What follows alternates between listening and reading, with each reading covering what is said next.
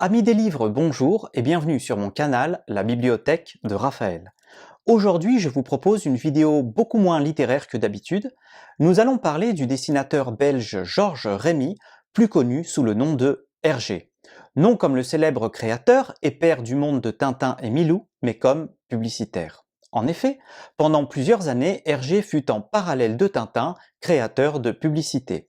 Métier considéré comme plus sérieux et surtout beaucoup plus rentable que la bande dessinée, considéré alors comme une activité de loisir et de détente. Mais c'est lorsque les aventures de Tintin commencèrent à devenir connues et apportèrent à Hergé un certain pécule et une aisance financière que celui-ci arrêta définitivement la publicité pour se consacrer entièrement à la bande dessinée. Dès ses débuts, on pouvait noter la précision et la rigueur d'Hergé dans son dessin pour des affiches publicitaires, tout comme le soin qu'il apportait au texte et aux slogans. Selon le témoignage de Germaine Kekens en 1986, première épouse d'Hergé, Hergé accordait plus d'importance à ses travaux d'illustration publicitaire qu'aux aventures de Tintin, car Hergé a toujours été passionné par la publicité qu'il considérait comme son véritable métier.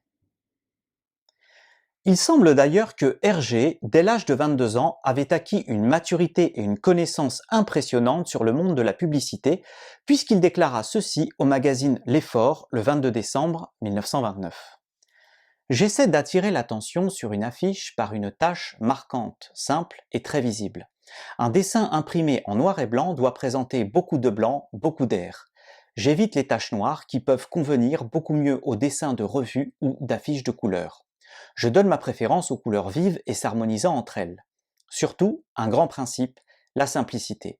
À mon avis, c'est le meilleur moyen de créer quelque chose de marquant. Quand il y a moyen, j'essaie de tirer parti des lettres. Pour une campagne suivie, je crée pour chaque maison un dessin type tel les bûches du campeur qui réapparaissent sur chaque annonce et donnent à toutes un air de famille.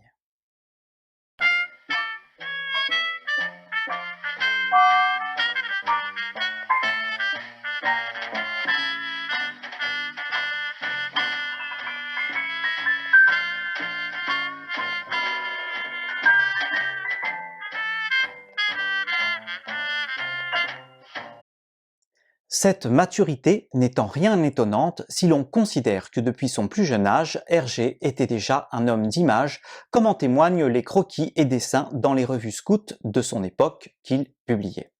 Il ne faut pas oublier non plus l'influence du cinéma, et notamment du cinéma américain avec les films sur les peaux rouges, c'est-à-dire les films d'indiens et de cow-boys, l'apparition des grands magasins à Bruxelles, à l'image de ceux de Paris, et bien sûr leurs affiches publicitaires, les notions de consommation et de désir liées à ce commerce sophistiqué. À l'époque, on parle surtout de réclame, le mot publicité fit son apparition beaucoup plus tard.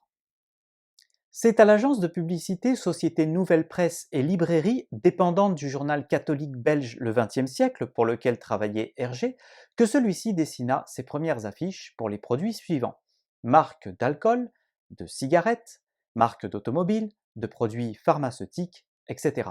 Il illustra également d'innombrables couvertures. Ses influences sont surtout celles du moment, c'est-à-dire celles de son époque: cubisme, art déco, surréalisme et constructivisme. Sa technique de travail est celle d'un trait noir très marqué qui délimite les surfaces, ce que l'on appellera par la suite la ligne claire, technique qu'il utilisera pour dessiner les albums de Tintin. Les aventures de Tintin doivent donc beaucoup à la publicité, notamment pour ses couvertures.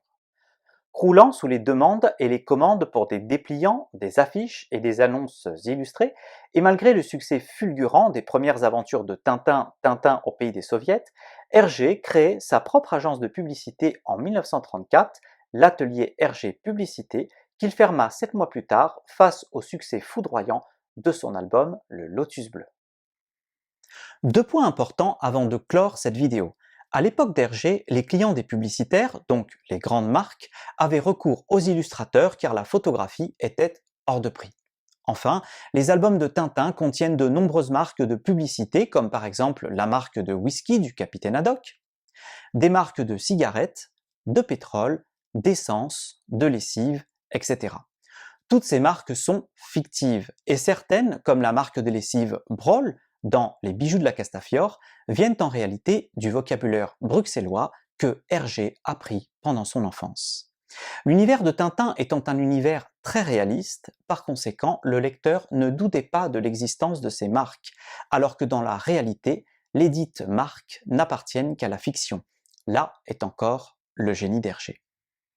Si vous voulez en savoir plus sur l'univers d'Hergé et la publicité, je vous recommande le livre de Jean-Claude Jouret, publié aux éditions Véric, paru en 2016 et intitulé Hergé et la publicité.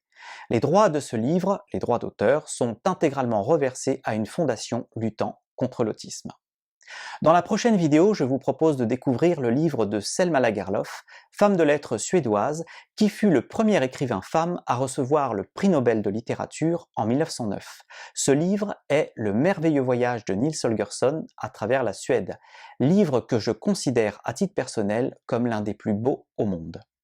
Si vous avez aimé cette vidéo, n'hésitez pas à la commenter et à cliquer sur le pouce. À très bientôt.